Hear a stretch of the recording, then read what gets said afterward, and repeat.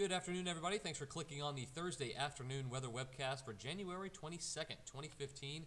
I'm meteorologist Nate Harrington. A big rain event headed our way over the next 24 to 36 hours with a slight chance of some strong to severe storms, too. So let's get right afternoon than what we had for it yesterday. Temperatures right now in the 60s and upper 50s. 59 Enterprise, 59 Geneva, 62 in Dothan. A little warmer to the south and east, 66 Donaldsonville, 64 Mariana, 65 Panama City. These numbers are about, 8, 9, 10 degrees warmer than what we had at this time yesterday. So, some clouds moved in late last night and early this morning. We even had a few little light showers try to make it down to the surface, but most of the radar returns that you see, nothing was hitting the ground. Some drier air in the middle levels of the atmosphere prevented any of that rain from hitting the surface. Could have seen a couple little light sprinkles. That would be about it. The real rain, though, is well to our west. A developing area of low pressure right now off the Texas coast, just about to emerge off the Texas coast, and high pressure to our north and west. It's this large shield of rain that we're going to have to deal with early on Friday, and the possibility of some strong to severe storms, too, will be developing. So you see where the heaviest of the rain is, just south and east of Houston. That's pretty close to where the center of that low pressure system is.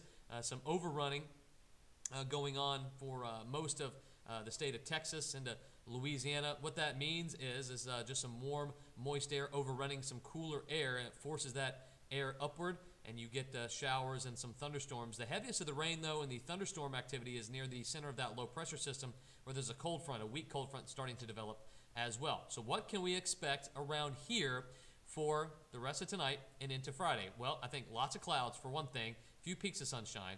We'll see the rainfall start right around 10 o'clock, maybe 10:30, 11 o'clock tonight for most of the Wiregrass. Now, this is just preliminary, but I think this rain right now will be light and maybe some moderate rain during the midnight hour. Now, most of the heavier stuff will move in, though, after midnight. 2, 3, 4 o'clock in the morning, you'll see the heaviest of the rain start. Most of the severe weather chances, I think, or the strong weather chances, will be down closer to the coast with this first wave. But depending on the track of the low, if it tracks a little farther to the north, say 50 or so miles, we could see a warm front move in, and that would bolster our chances for strong to severe storms. We'll go over that in just one second. The futurecast for the rest of the day, that area of low pressure sweeps past in the Gulf Coast. Could see some stronger thunderstorms headed our way for Friday morning during the morning commute, but most of the heavier rain will stay to our south and to our east. All of the heavier stuff will be gone by Friday afternoon, and we'll just see a lot of cloud cover. Clouds will move out by Saturday, and we'll see clearing sky and some cooler air move in for the first part of our weekend. So exactly how much rain can we get? This will be the main threat with this, the heavy rainfall threat through Saturday morning. Anywhere from 1.5 inches to possibly 2 inches of rain fall in some parts of the Wiregrass. So that will be worth noting. A good rainfall event. We would surely appreciate it. Now here's a severe weather outlook through Friday. This is from the Storm Prediction Center. This is the categorical outlook.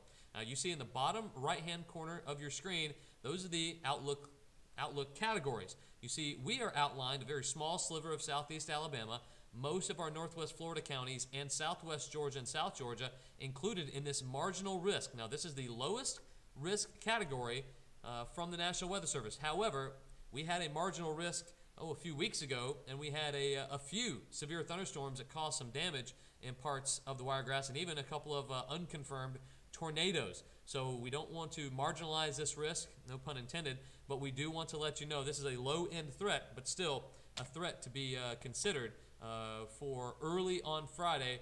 Probably the worst possible time for a severe weather threat to exist is the early morning hours, but we will be here, and we'll let you know if anything happens and keep you updated every step of the way. Myself and Thomas Gieboy will be here letting you know what's going on.